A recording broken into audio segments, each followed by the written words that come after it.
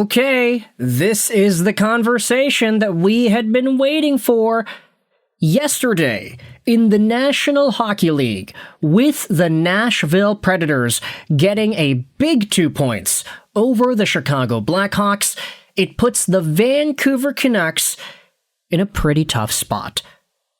The Canucks are officially eliminated from NHL playoff contention. But what does that mean?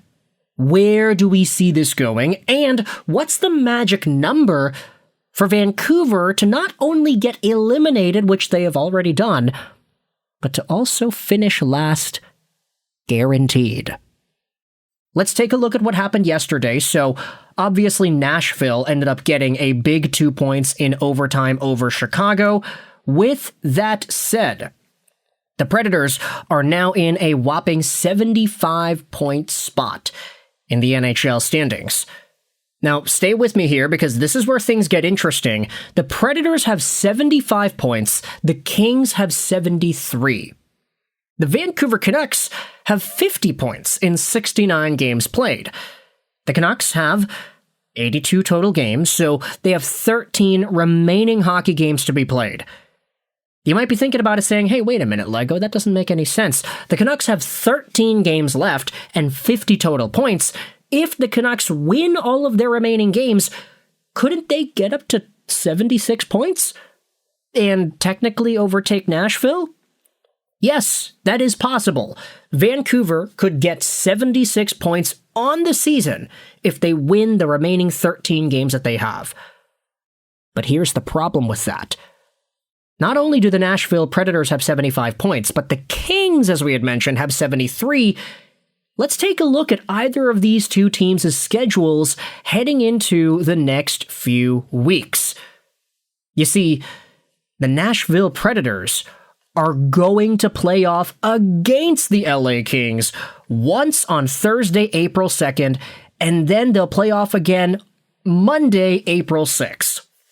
The fact that Nashville and LA play each other twice mathematically eliminates Vancouver from being able to catch up to the wild card. Utah, wild card number 1, it's already out of reach. They got 80 points. Vancouver can only get 76. Nashville and LA are facing off against each other twice. That is 4 more guaranteed points to going to either team.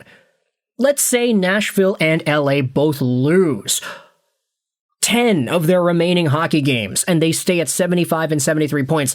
If they play off against each other, that's it for Vancouver. Either Nashville wins 2 of them, and they get up to 79 points. LA wins 2 of them, and they get up to 77 points. Both of those teams are above Vancouver. Even if you split it down the middle, 1 win, 1 loss, as long as Nashville gets up to 77 points, they're taking over Vancouver. That's it. Like, the Canucks are out. So, really, it doesn't look like it. Technically, Vancouver is eliminated, but they are, because Nashville and LA play off against each other, which mathematically guarantees one of them is going to be above Vancouver, even if the Canucks win out. But let's be honest, the Canucks are not going to go out there and win the remainder of their hockey games. I mean, look at the lead that they have with the first overall spot. They've got 50 points. The second worst team has 65. It's bad here in Vancouver. Now, with that said, let's do a little mathematics over here. Because with the Canucks officially being eliminated from playoff contention, you had Tyson Cole, who decided to do all the math for when the Canucks can secure 32nd place and the best odds at first overall. Vancouver, at 50 points, would need 15 points to tie one of Calgary, Chicago, or the Rangers, who each have 65 points. The fastest they could do that is in 8 games, 7 wins and 1 overtime or shootout loss. So they're guaranteed to be 32nd until April 7th versus Vegas. At this point, they'll have 5 games remaining. So, based on Vancouver's results alone, the magic number is 6 regulation losses before they can clinch last. Of course, points from Calgary, Chicago, or New York can help expedite this, but if we assume either of those teams just don't win, and Vancouver loses the next 5 in regulation, then the 6th game will be against former friend Quinn Hughes and the Minnesota Wild. Now that's a narrative if I've ever seen one. Quinn Hughes being part of the Wild team that could potentially eliminate Vancouver from getting second or third worst in the league. Yeah, I used the wrong verb there. Eliminate. They're already eliminated, but Vancouver needs to secure last place in the National Hockey League. So if they end up getting 6 more regulation losses, you could essentially kiss whatever chance at drafting, or not drafting, but getting second or third place in this draft lottery goodbye. Vancouver just has to lose 6 more, and they have 13 games left. There's a lot of room for losing here for the Canucks. And now, when you take a look at where things are, I mean, let's go over to the mock draft and just try to simulate this around for a little bit here. So, we've got a few minutes left in this video. I wanted to do this before we ended up talking about our next subject. By the way, speaking about that Quinn Hughes that could potentially secure Vancouver's first overall pick, I want to have an entire other conversation about him later in today's show. Buckle up, because Minnesota Wild fans are starting to notice something about this guy too. Let's simulate the NHL Draft Lottery and the mock draft. So I want to do it 10 times. Mathematically, Vancouver should get the first overall pick 2 or 3 times, considering the fact that they have a 25.1% chance at first overall. If we simulate the lottery, okay, not that, I wanted to do the mock draft. If we simulate it 10 times, Vancouver should get first at least twice. Please, if it's fewer than twice, then okay, something's going on here, or that's just normal distribution. But let's go out there and sim the lottery 1 time. Chicago. Okay, but Vancouver would win second overall. Simulated again, second time. St. Louis, and Vancouver drops to number 3. Oh no. We are 0 for 2, ladies and gentlemen. 0 for 2. 0 for 3?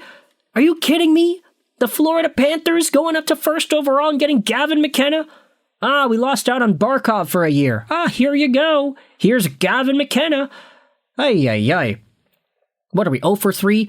Let's do it again. Okay, there we go. Vancouver, with Seattle winning one of these lotteries. This is a really interesting lottery result. So we are 1 for 4. But this draft lottery doesn't actually see Vancouver winning, quote unquote, the first overall pick. We see the Philadelphia Flyers winning the first overall lottery. But the problem is they were initially in the 14th overall spot, and you can't move up more than 10 spots. So they go from 14th to 4th, and then the second overall lottery is actually won by Seattle. So there is a possibility Vancouver can get first overall without actually winning the lottery. The first overall lottery winner would have to be underneath this threshold of 10 maximum picks moving up by. So that's a possibility as well. Vancouver can win first by just not having teams that are close to them winning these lotteries. We're 1 for 4. Let's continue. 5th one, Toronto. Ay. 1 for 5, I guess. 1 for 6? Oh no, we're 2 for 6. There we go. There's the second win, and it is one of these Vancouver wins the first overall lottery scenarios here. Ivar Stenberg, second overall lottery, goes to St. Louis over there. And then let's do it 4 more times just to see what happens here. So Seattle, we have Toronto, and we have Calgary. So I think the Toronto Maple Leafs actually won the first overall lottery more than Vancouver in this little scenario here. But just going through the motions, the fact that you can have a maximum of 10 spots will really help out Vancouver if one of these later teams at 11, or I guess not 11, 12, 13, 14, 15 ends up winning first overall. They end up winning the first overall lottery, excuse me. They can only go up so many spots, and Vancouver might be poised to sticking around if that happens. But ultimately, it looks like 6 regulation losses is the mark before Vancouver can officially consider themselves the holder of the top draft pick odds. With that said, let me know your thoughts in the comments. How do you feel about Canucks hockey being out of the playoffs? I cannot wait to see what happens next year with the Landon DuPont draft. I hope you enjoyed this video. 9 and bye.